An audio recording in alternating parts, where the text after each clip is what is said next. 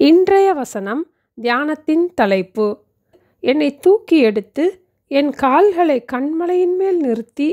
சங்கீதம் 40:2-3 வசனங்கள். பயங்கரமான குழியிலும் உளையான சேற்றிலும் இருந்து என்னை தூக்கி எடுத்து என் கால்களை கன்மலையின் மேல் நிறுத்தி என் அடிகளை உறுதிப்படுத்தி நமது தேவனை துதிக்கும் புது பாட்டை அவர் என் வாயிலே கொடுத்தார்.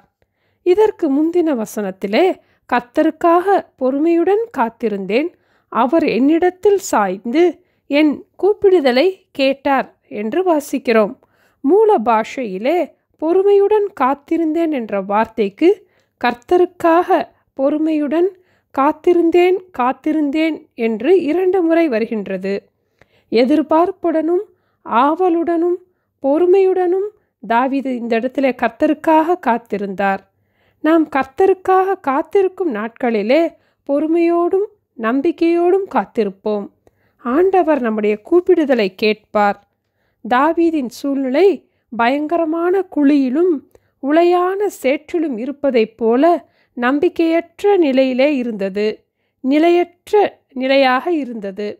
ஆண்டவர் அவரை தூக்கி எடுத்து அவருடைய கால்களை கன்மலையின் மேல் நிறுத்தினார், அவருடைய அடிகளை உறுதிப்படுத்தினார், நம்பிக்கையின் வாழ்வை தந்தார்.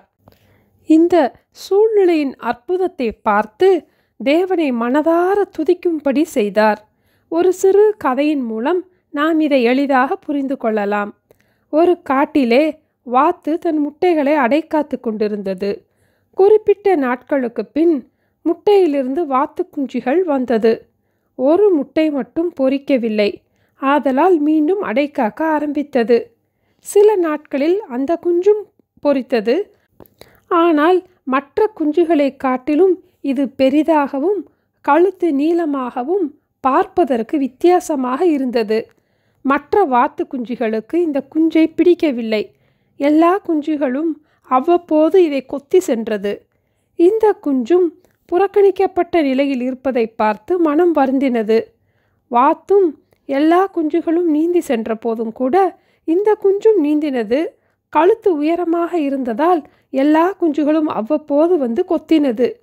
எல்லா குஞ்சுகளும் சந்தோஷமாக இருக்கின்றது, எனக்கு மட்டும் சந்தோஷமாக இருக்க முடியவில்லையே என்று நினைத்தது.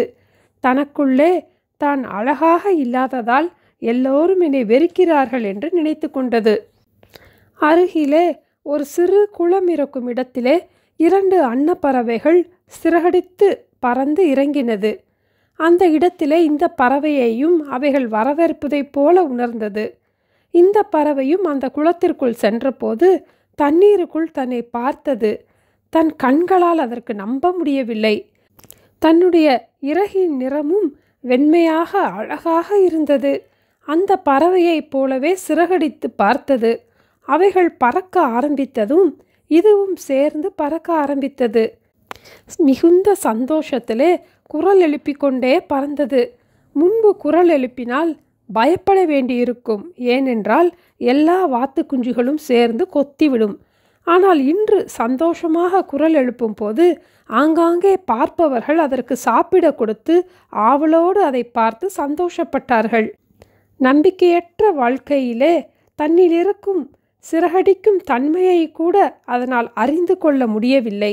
நம் வாழ்க்கையிலும் நம்பிக்கையற்ற சூழ்நிலையில் நாம் அமிழ்ந்திருக்கும் போது நம்மிலிருக்கும் நம்பிக்கையின் தேவனாம் இயேசுவின் வல்லமையை நாம் அறியாமல் தவிக்கிறோம்.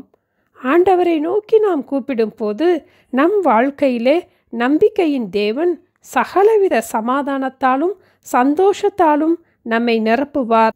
நம்பிக்கையற்ற நம் சூழ்நிலையிலிருந்து நம்மை கைதூக்கி எடுத்து நம்பிக்கையான வாழ்க்கையை நமக்கு தருவார். அப்போது நம்மை அதிசயமாய் நடத்தி வந்த தேவனை மனதார நாம் துதிக்கும்படி செய்வார். அதுவரைக்கும் கர்த்தருக்காக பொறுமையுடனும் நம்பிக்கையுடனும் நாம் காத்திருப்போம். ஜெபிப்போமா? எங்களை நேசிக்கிற எங்கள் அன்பின் ஆண்டவரே, நம்பிக்கையற்ற சூழ்நிலையில் நாங்கள் இருந்தாலும் கூட நம்பிக்கையின் தேவனாம் இயேசு எங்களுக்குள் இருப்பதற்காக, எங்களோடு இருப்பதற்காக உங்களுக்கு கொடான கொடி ஸ்தோத்திரம் அப்பா. ஆண்டவருக்காக நாங்கள் பொறுமையுடன் காத்திருக்க, நம்பிக்கையோடு காத்திருக்க எங்களுக்கு கிருபை தாங்கப்பா. எங்கள் கூப்பிடும் சத்தத்திற்கு நீங்க இறங்கி எங்களை கை தூக்கி எடுத்து நம்பிக்கையின் தேவன் சகலவித சமாதானத்தினாலும் சந்தோஷத்தினாலும் எங்களை நிரப்பி உங்களை மனதார துதிக்க எங்களுக்கு உதவி செய்ய போவதற்காக விசுவாசத்தோடு நன்றி செலுத்துகிறோம். இயேசுவின் நாமத்தில் ஜெபிக்கிறோம் பிதாவே, ஆமேன். Thank you. Have a blessed day.